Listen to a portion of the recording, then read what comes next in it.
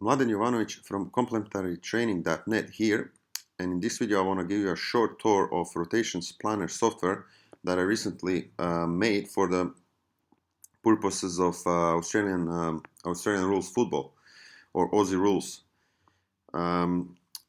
General idea of this planner is to plan rotations or substitutes in a game, so you can pretty much calculate the time played and get some ideas about the rotations in advance. Of course, things might change during the game, but we might plan the first quarter, and then try to apply similar strategy to other three quarters as well.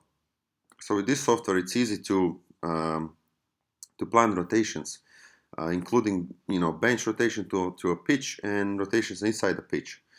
So in this case, we have three lines, so positional lines. We have defense, midfield, forward, and bench. And in Aussie rules, we have 6 in each line, and 4 guys on the bench. So you can punch in your own players over here, and then just click rotations planner. Every time you click rotations planner, it might delete the existing data. So it's going to ask you if you want to continue or not. So click OK. You have a field here, and pretty much we select a given player or 2 players. Before continuing, this is built on Microsoft Excel 2013. It works pretty nicely on Excel 2013 onward on PC. And I'm currently running it on MacBook Pro, and this is Office 365 Excel 2016. So it runs here as well. It's a bit glitchy with selecting the athletes, but it works really nicely on Windows. It still works on Mac, but it's a bit glitchy anyway. So you can select a player. So because we rotate, you can only select 2. And click rotate. So it's going to swap them over. Over here you have a text box that gives you a list of exchanges or rotations happened. So if you rotate bench and a field position, it's going to tell you what player and from what position rotated with who. Anyway, there are a couple of options. So because rotation doesn't count during the start of the quarters, you can disable counting the rotations in a first minute of the quarter, which pretty much tells the software that don't count these rotations. We are starting with a different rooster. We can, if you click, if you unselect the don't count, now it's going to start counting the rotations.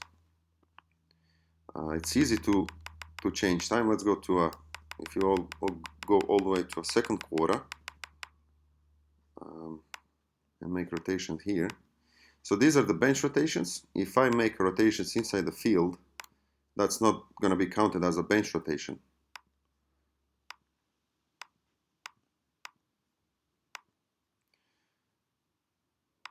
You can even rotate within the bench, and that doesn't count.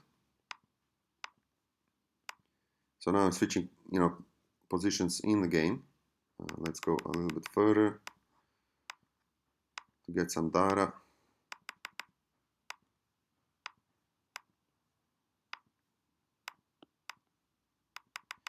Just to give you an example.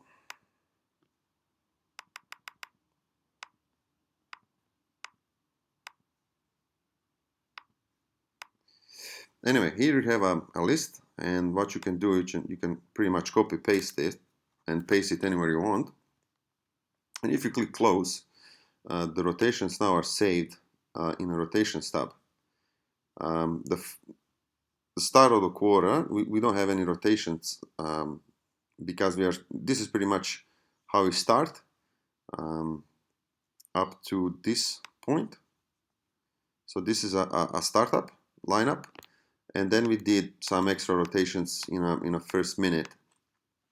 that didn't count as rotations. So because we change the startup just before a quarter, and that can happen on quarter two as well. Anyway, we have a number of rotation. Then we have a bench rotation, so rotations that are between field and the bench. And we have a quarter and a minute inside the quarter, and then we have a total time. Assuming that each quarter is 30 minutes with all these extra times and everything. Then we have a player 1, his position, and player 2 and his position. So for every rotation there are 2 entries. So player 16 change for player 9 and player 9 change for player 16. In this case, you can insert a pivot table and do all these calculations in terms of who changed who and what minute. Stints are pretty much easily visualized. Same data as this one, but visualized. So let me just click visualize stints. It works faster on the Mac visualizing stints than on PC. So stints are now visualized, or like each player has a row and each minute is a column in each quarter, and then we can pretty much see when the change happened and the position change. So we have forward, bench, defense, and midfield, and then you can see what's happening inside each quarter. At the end, we have pretty similar summary. Sometimes Excel on Mac is not updating, so you just need to click somewhere. What we have is the summary per quarter, so minutes played and percentage of the quarter time. So this assumes 30 minutes. For each quarter, and then we have a total game time in terms of percentages and minutes played. So with some easily done modifications, could be applied to any sport that has rotations. So a couple of things that needs to change is the number of quarters or half times and the durations, and then you can apply it to your own sport. Anyway, that's a quick tour.